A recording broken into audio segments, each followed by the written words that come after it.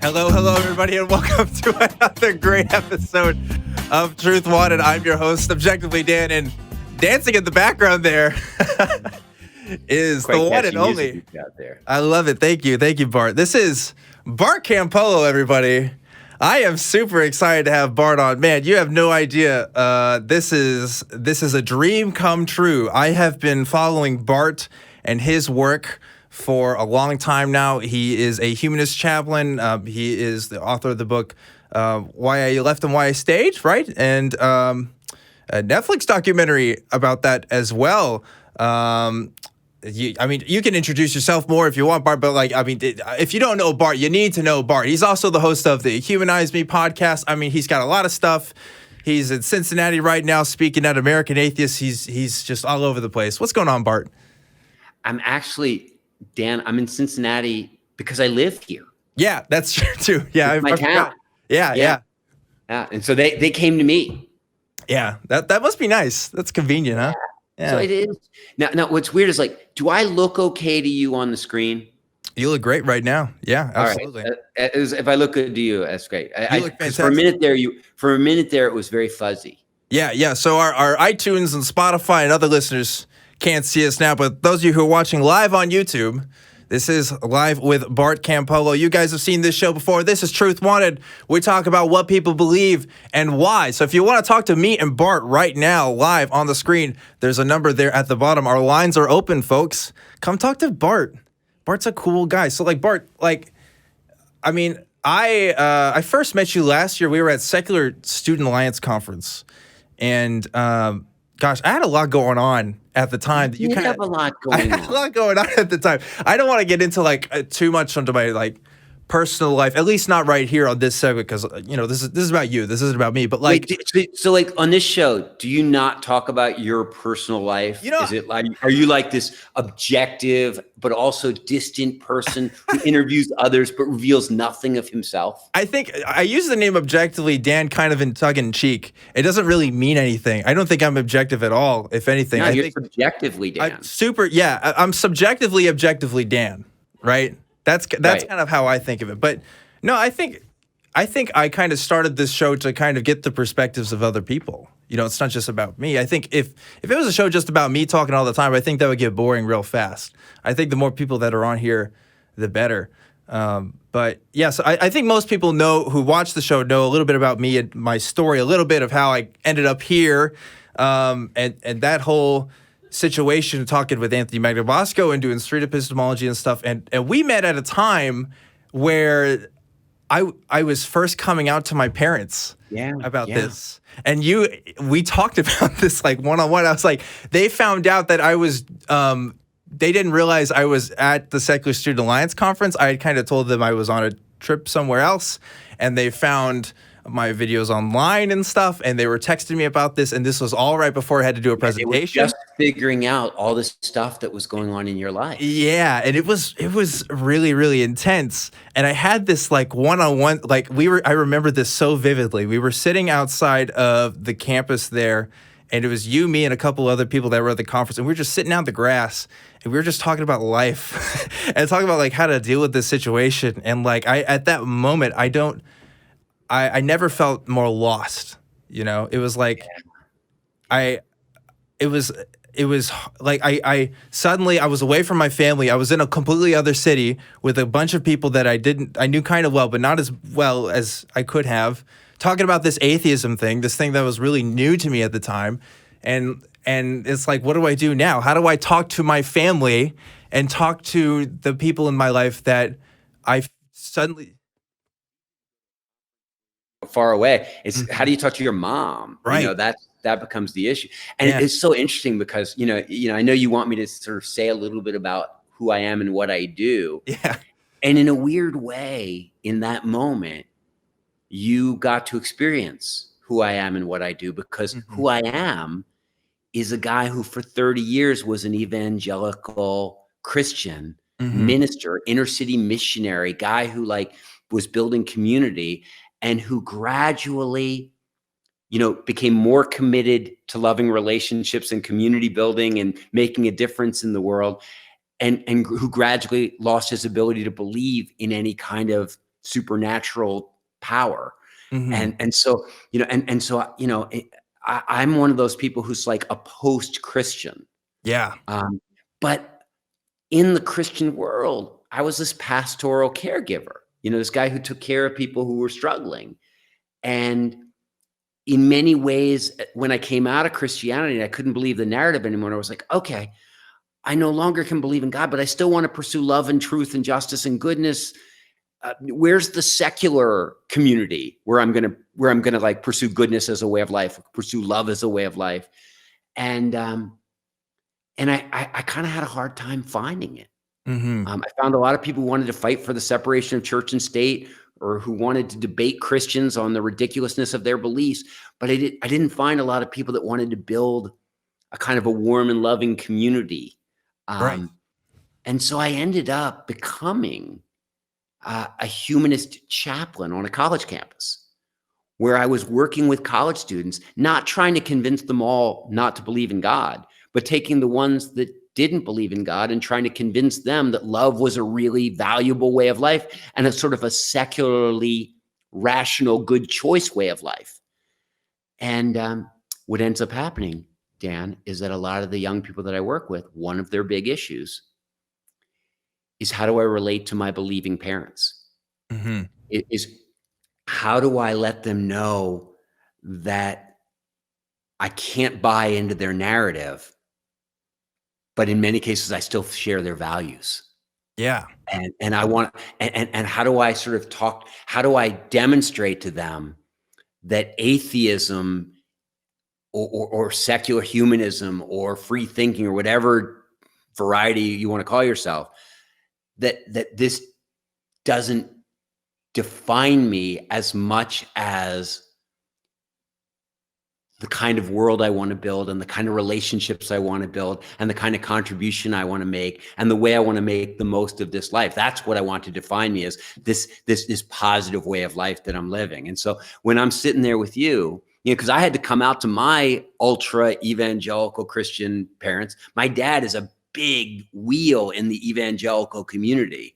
And so, I was right there with you, man. Yeah.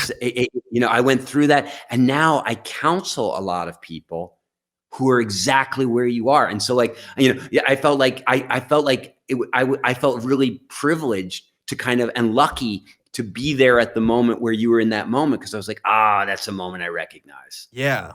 It was, and I felt that too. And this was also why you were especially a figure I looked up to before, because it was like, oh, this is a guy who has to know exactly what I'm talking about, probably even more better than I do in a lot of ways. And I even, like, there was another girl that was with us there, a friend of ours whose parents came to that conference as well, and they were so skeptical. Do you remember this? So they came to the conference, and they came from a super conservative evangelical background. And they were skeptical of this whole thing, and they didn't trust her going alone, so they went with them. And I remember you having a conversation with this girl's parents about, like, what's going on with her and what this is like. And it's like, I envied that. I was like, whoa, you're having these conversations with people, you're doing the thing. How do you convince people that we want to be good just as much as anybody else? But what does goodness even mean when you come to this place? I think that's what's hard for people to understand. You're kind of talking about this a little bit, Yeah, I mean, what's interesting is that, in every kind of movement, in any kind of protest movement or any kind of movement for equal rights, there's kind of there's a tension between those that want to reform the system and create space within the system for themselves, and those who want to burn the system down, and destroy it altogether and start over again. And, in the civil rights movement, you had Martin Luther King saying, I dream of the day when little black boys and girls can hold hands with little white boys and girls and call each other brothers and sisters. And then you had Malcolm X saying, separation, man, I want nothing to do with these people. That's too much to ask that I embrace and forgive my oppressor. And I think that, same thing in LGBTQ kind of deal. You had one set of people who are like, we reject all these establishment values and we're acting out and acting up. And, and then you had other people that are saying, no. We want to be accepted. We want to embrace your institutions. We want to get married just like you. Marriage equality, and I think that it's not so much an either or as it is a both and. You need people that are standing up and saying, we demand our rights. And you also need people that are saying, we want to earn your respect. We want to be accepted. We want you to see that while we don't share your worldview, we do share your values. And I think that, that tension is always there. And so when my relationship with the Christian community, for instance, which I came out of, I still get invited to speak in churches. I mean, as a secular humanist, they're like, hey, will you come here? Like, a lot of our kids are secular and we don't know how to talk to them. Will you talk to us about what's going on with our kids? Can we ask you questions? Can you be our like friendly, nice secular humanist that we can really talk to? And the reason they invite me and not like Matt Dillahunty, my buddy, is because Matt's gonna tell them 87 ways they're idiots. This is so funny because we just had Matt on last week. Okay, so I was just with Matt. Contrast. No, it's great because I'm friends with Matt too. I love Matt. Like, right. I hang out with him. He's here all the time. Bald guys, yeah, right? I know. It's so funny. Two different bald guys with two different ways of doing stuff. I like it. And I really love Matt, and I really appreciate his work. Yeah. But the thing is that what he's going to do is he's going to debate those guys and show them why they're wrong. And I'm going to talk with those people and try to show them that I'm in the same camp. Like, they want to build a community of people that love each other and make the world a better place on the basis of their narrative. And what I want to say is like, hey, got a very different narrative, but I kind of want to build the same kind of community of people that love each other and that challenge young people to do things that are meaningful with their lives and that make the world better, not just for us, but for everybody. Like, we're committed to everybody. We're committed to the species. And so in a real sense, it's not an either or, it's a good cop, bad cop, where you need somebody like you need some of those fiery, kind of militant, angry atheists, because there are rights that have to be protected and there are laws that need to be changed. And like, I'm very grateful. It's because of people like that I have so much room to operate, right? Yeah. No. But at some point we got to get past that. At some point the question is, okay, so we don't believe in God. Now what? Right. This is hitting a lot of key notes for me of why. Oh man, you see, Bart, you're bringing out the personal stuff in me now.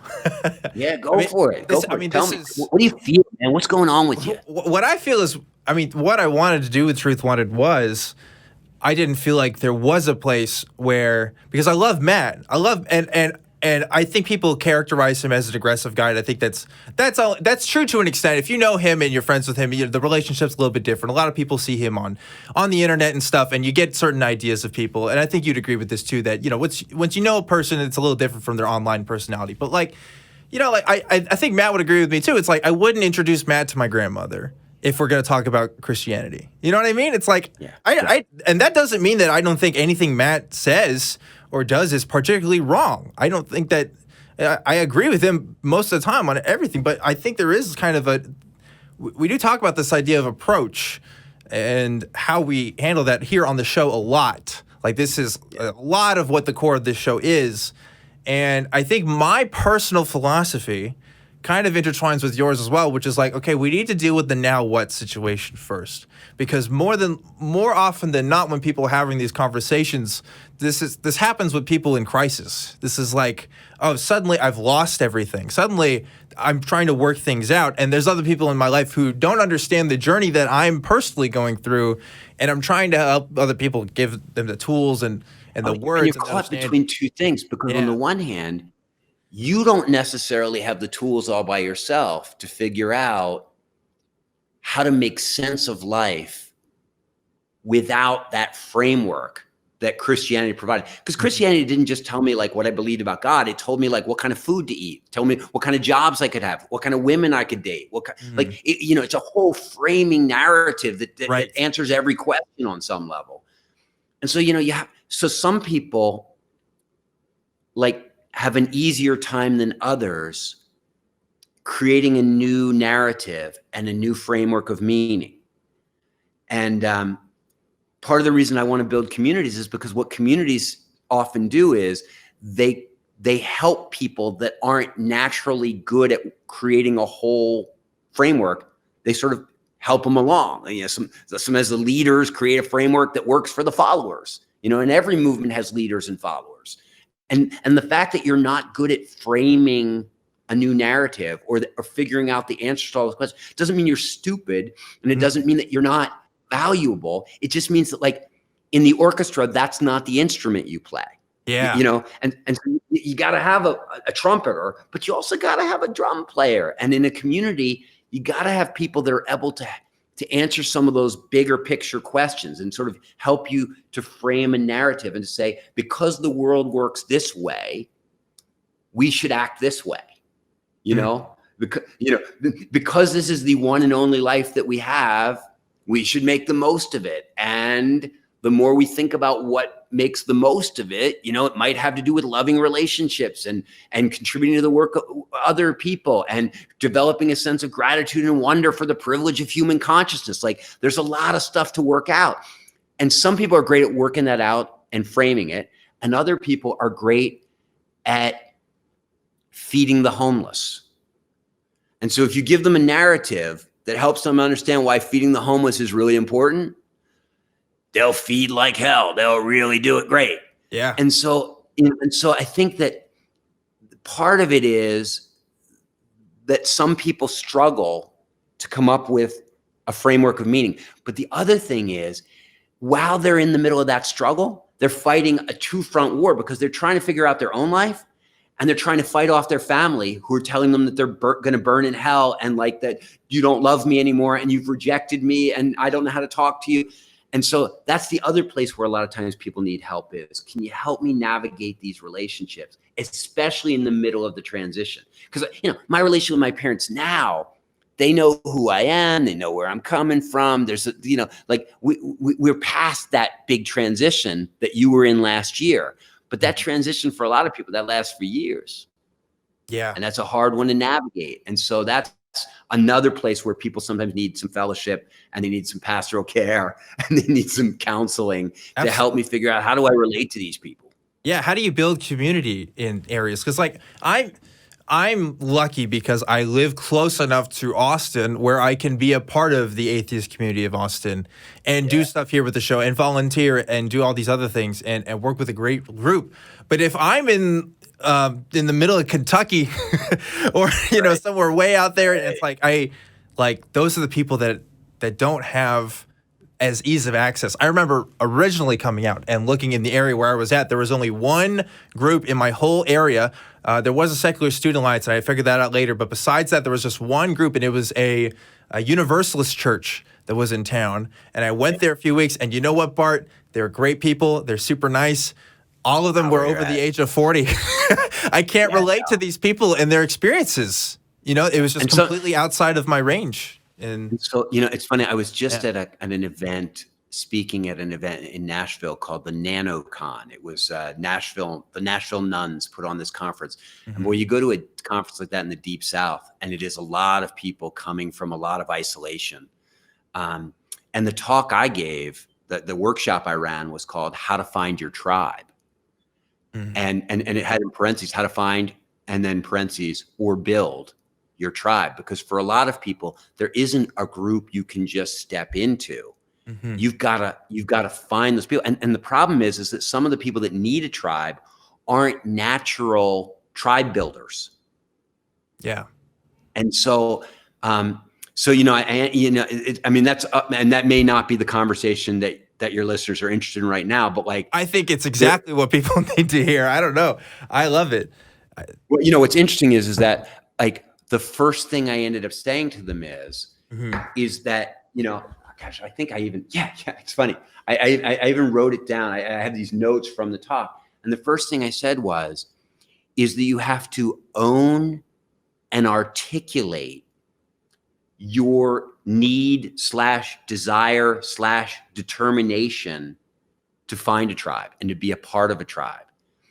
That in a sense, sometimes people are sort of like, it's sort of like with, they hope it happens, but they don't articulate it. They don't say, it's like if you were looking for a girlfriend or partner, it would be very important for you to just say like, hey, you know, you say to your friends and your family, you know, to sort of put on your profile, like, I'd like to be married someday. I really hope I find, you know, if you know anybody that you think I should meet, I'd be interested to be introduced to them. That like, you have to present yourself as a person who would like this to happen. And so a lot of times people act like they could take or leave community. And I always say like, you're not going to find community unless you make it clear to people like, I'm on a quest. And so, you know, in our Christian days, we would pray for things. And the act of praying for them was a way of articulating, oh Lord, I hope I find community. And what it did was, you know, God doesn't do anything. There is no God. But prayer actually does change things, because prayer fixes the thing you're looking for in your mind. And it also broadcasts to everybody else that you're looking for it. And so it's a little bit like, I don't know if you've ever like owned a car, like a Volkswagen, and all of a sudden you buy a Volkswagen, you see Volkswagens are everywhere. You know, when your wife is pregnant women are everywhere, and they were always everywhere. You just didn't notice them. But when you are clear about what you're looking for, and you're articulate about what you're looking for, you find it and it finds you. And so that, you know, that was one of the things. And then I talked about like, listen, you also have to clarify your vision and be able to talk about the kind of community that you're looking for. Cause like for you went to that Unitarian Universalist thing and you go like, yeah, it's a community, but it's not me. It's a little touch, you know, it's a little bit like all narratives are welcome here and they got a lot of woo-woo going on and they're all older. And you're like, so you got to be able to, so you in a sense have to be able to really envision what you're looking for, even if it doesn't exist. And I always say to people, talk about it with your Christian friends and family. Tell them what you're looking for. Because what often happens is that number one is that it tells them, by telling them what you desire, it's telling them what you value. And that helps them to understand you. That lets them know, like, I'm not looking to be part of a burn it down atheist, you know, angry atheist club. I'm looking for what you have. I'm looking for somebody who, when I get cancer, will bring me a casserole. I'm looking for somebody who, you know, who wants to help me raise my kids. I'm looking for somebody with whom I can talk about the deeper issues of life and try to, somebody's going to challenge me to be my best self. And they go, oh, I recognize that. But the other thing, Dan, is a lot of times you tell people about that and they go like, well, you know what? I mean, I'm a Presbyterian. You're not going to find what you're looking for in my church. But like, I have a cousin and he's an atheist too. And he's really nice like you. You guys should meet each other. And so a lot of times what you'll find is that if you can articulate what you're looking for, you're going to get help and you're going to get connections from the most unlikely people, because they'll go like, listen, that sounds like a good thing. You should do that. Yeah. Oh gosh. I could talk to Bart, guys, for like 3 hours and we could find new things to say. I could keep going on this and stuff, but I mean, this is a call-in show, and I need you guys to talk to Bart, because you guys should talk to Bart. This isn't about being Bart. I hate call-in shows because I'm always scared that there's nobody going to call in, that nobody's interested. We got 4 people on the line right now, ready to talk to you, dude. You ready? Bless your hearts, all 4 of you. Let's do it, man. Let's get into some calls.